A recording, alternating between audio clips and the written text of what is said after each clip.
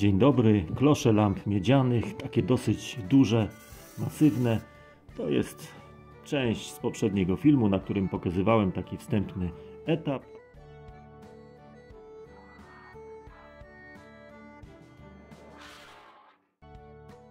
Tutaj miedź czysta, a tutaj miedź wygliowana, przepalona do temperatury 750-800 stopni. Jestem tutaj w trakcie wyżarzania, a to jest po to, żeby materiał był miększy. Po wyżarzaniu ta miedź staje się czarna. I właśnie ten czarny kolor był bazą do produkcji czarnego lustra. Może teraz troszkę powiem o czarnym lustrze, do czego służyło, co to było i kiedy. Czarne lustro, czyli według legend rzecz magiczna, droga, prawie nieosiągalna. Według legendy czarne lustro posiadał mistrz Twardowski. Czarne lustro miedziane było bardzo pożądane, ponieważ osoba przeglądająca się w tym lustrze mogła zachować młodość, urodę do późnej starości. O czarnym lustrze mógłbym spokojnie poopowiadać jeszcze z pół godziny. Odkąd pracuję, tylko jedna osoba uprosiła mnie o czarne lustro.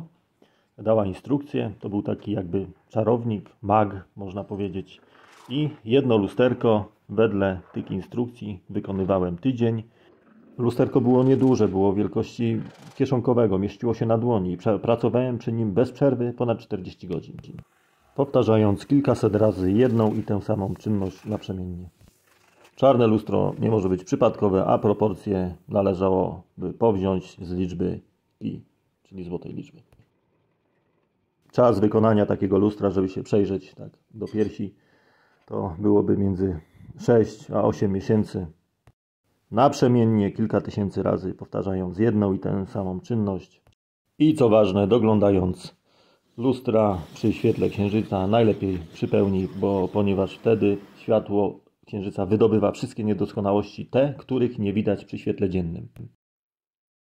I powracamy do klosza. Tutaj magiczna woda, 15-20 minut. Po wodzie wygląda tak. No i teraz znowu kolejny etap. Teraz już praktycznie jest końcówka. To jest trzeci etap. Wygładzanie, utwardzenie powierzchni. Trzeba to zrobić tak, żeby nie było żadnych rys, bo potem jeszcze trzeba będzie przeszlifować. Musi to wyglądać estetycznie, ładnie i musi być sztywne. Koniec klosza został zasaterowany. Teraz klosz jest sztywny, bezpieczny, ładnie wygląda, bo jest ładnie tak na półokrągło. To praktycznie na okrągło wywinięta blacha. Mimo że jest zrobione na formie drewnianej, jest sztywne, blacha jest gruba, czyli można by powiedzieć, że wszędzie ma grubość 1 mm, ponieważ było robione drewnem na drewnie i nie została poprzeciągana, nie została wewnętrznie uszkodzona też. Jak widzicie, praca nad takim kloszem jest dosyć złożona i to właśnie twardość blachy dobiera tak jakby sama sobie czynności, które ja muszę wykonać.